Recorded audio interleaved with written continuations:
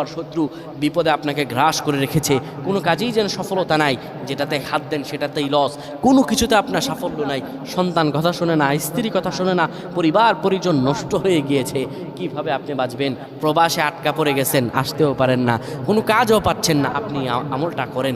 এটি আমার কথা নয়, বিশ্বনবী মুহাম্মদ রাসূলুল্লাহ সাল্লাল্লাহু আলাইহি ওয়াসাল্লামের প্রিয় সাহাবী হযরত যায়েদ রাদিয়াল্লাহু তাআলা আনহু, তিনি একবার মক্কা থেকে হিজরত করে যখন মদিনায় যাবেন, ঠিক সেই সময় বিপদে পড়ে যান।